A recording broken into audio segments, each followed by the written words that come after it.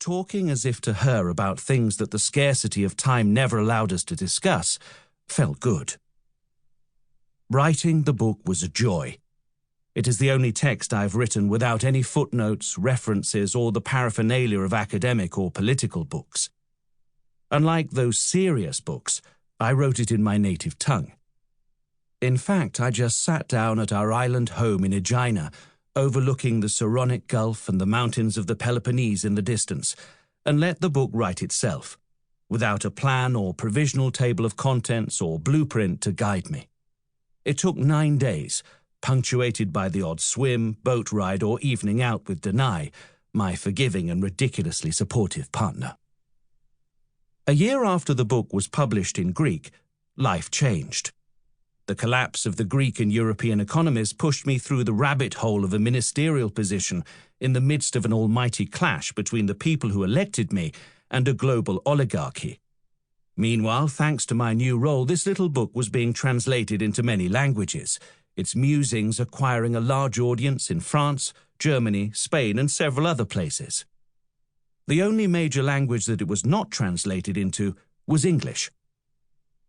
Now, with the help of Jacob Moe, who translated from the original Greek, and the good people at Penguin Random House, Will Hammond in particular, it is appearing in the language in which I usually write. Following swiftly on the heels of another book, Adults in the Room, which was exceptionally painful to write, documenting as it did the traumatic events of 2015, reworking this book into its English incarnation has been therapeutic. An escape from the trials and tribulations of one caught up in the vortex of a collapsed and sinking economy. It has allowed me to return to a long-lost self who once wrote in peace and quiet, without the constant assaults of the press, doing what I've always loved, seeking ways to disagree with myself in order to discover what my true thoughts are.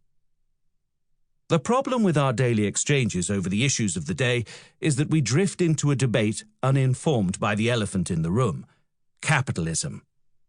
During the week in July 2017 that I worked on this English edition, again in Aegina, overlooking the same sea and the same mountains, I loved not writing about Brexit, Grexit, Trump, Greece, Europe's economic crisis, but instead talking to my daughter, in the abstract, about capitalism.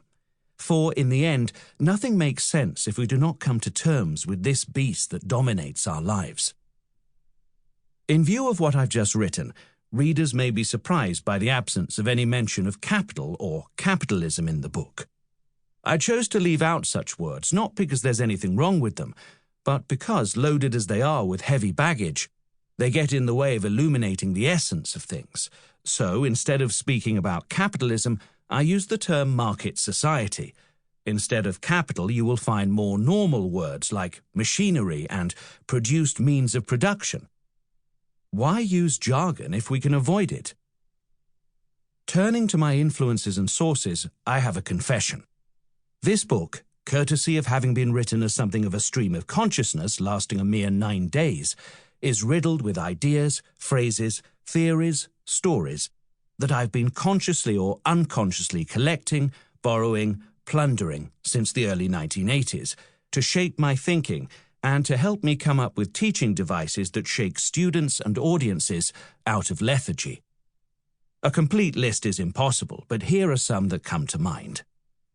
Besides the works of literature and the poems mentioned in the text, as well as the science fiction movies without which I find it hard to understand the present, I shall mention 4 books. Jared Diamond's Guns, Steel and Germs, which underpins the story in the first chapter that explains the emergence of gross inequities and ultimately racist stereotyping. Richard Titmus's The Gift Relationship, whose discussion of the blood market underscores ideas first developed in Karl Polanyi's Great Transformation. Robert Heilbronner's majestic The Worldly Philosophers, and novelist Margaret Atwood's Payback, which I recommend unreservedly as perhaps the best and most entertaining book ever written on debt. Finally, it would be remiss not to mention the spectre of Karl Marx, the dramaturgy of the ancient Athenian tragedians, John Maynard Keynes's clinical dissection of the so-called fallacy of composition, and lastly, the irony and insights of Bertolt Brecht.